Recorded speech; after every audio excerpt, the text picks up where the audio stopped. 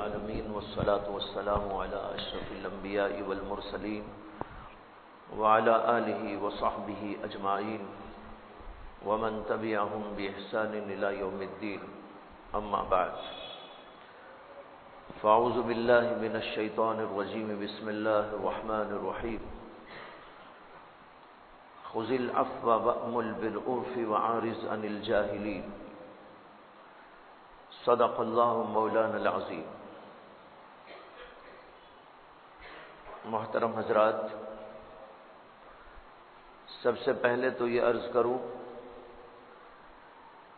کہ ہم یہاں جمع ہونے کے سلسلے میں اپنے ذہنوں کے اندر یہ بات تازہ کریں کہ ہم اس لیے جمع ہوتے ہیں کہ ہم کچھ ایسے بن جائیں کہ اللہ کے نزدیک پسندیدہ بندے قرار پائیں. محض بیان سن لینا، کچھ آنا وہ جانا، یہ مطلوب نہیں ہے، مقصود نہیں ہے. مقصود یہ ہے کہ ہم کچھ کریں اور ایسے بنیں کہ اللہ فرما دے کہ یہ بندہ میرا بندہ ہے. اللہ نے قرآن میں فرمایا وَعِبَادُ الرَّحْمَنِ الَّذِينَ يَمْشُونَ عَلَى الْأَرْضِ هَوْنًا. رحمان کے بندے وہ ہیں. اب یہاں اللہ تعالیٰ کہہ رہے رحمان کے بندے. اللہ ہم کو بھی کہہ دے کہ یہ رحمان کے بندے ہیں، میرے بندے. بندے تو سب ہوتے ہیں، لیکن ایک بندہ وہ ہوتا ہے جس کو آقا اپنا بندہ کہتا ہے. ایک بندہ وہ ہوتا ہے جسے آقا اپنا بندہ کہتے ہوئے شرماتا ہے. ایک باپ اپنے بچے کے بارے میں یہ کہتا ہے کہ یہ بیٹا میرا بیٹا ہے، اور ایک بیٹے کے بارے میں یہ کہتے ہوئے جھجکتا ہے کہ اس کو میں اپنا بیٹا کہوں. اس کے اخلاق اور کردار کی خرابی کی وجہ سے، اس کے اعمال کے کھوٹ کی وجہ سے، اس کی بد اخلاقیوں بد کرداریوں کی وجہ سے ایک باپ اسے اپنا بیٹا کہنے تیار نہیں ہوتا. دوسرا بیٹا وہ ہوتا ہے جس کے اخلاق بڑے عمدہ ہیں، بہتر ہیں، خدمت گزار ہے، اطاعت گزار ہے، اطاعت شیار ہے، پسندیدہ اخلاق والا ہے. باپ ہر جگہ یہ کہتا پھرتا ہے یہ میرا بیٹا ہے، یہ میرا بیٹا ہے، یہ میرا بیٹا ہے. جہاں موقع آتا ہے بولنے کا وہاں بولنا چاہتا ہے کہ اس کو میں ظاہر کروں کہ میرا بیٹا ہے.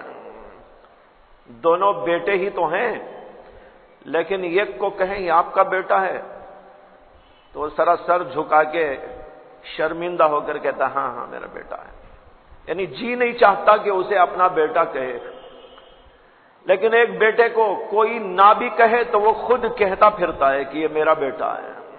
اسی طرح اللہ کے بندے بھی دو قسم کے ہوتے ہیں. ایک اللہ کا بندہ وہ جسے اللہ کہتے ہیں میرا بندہ ہے.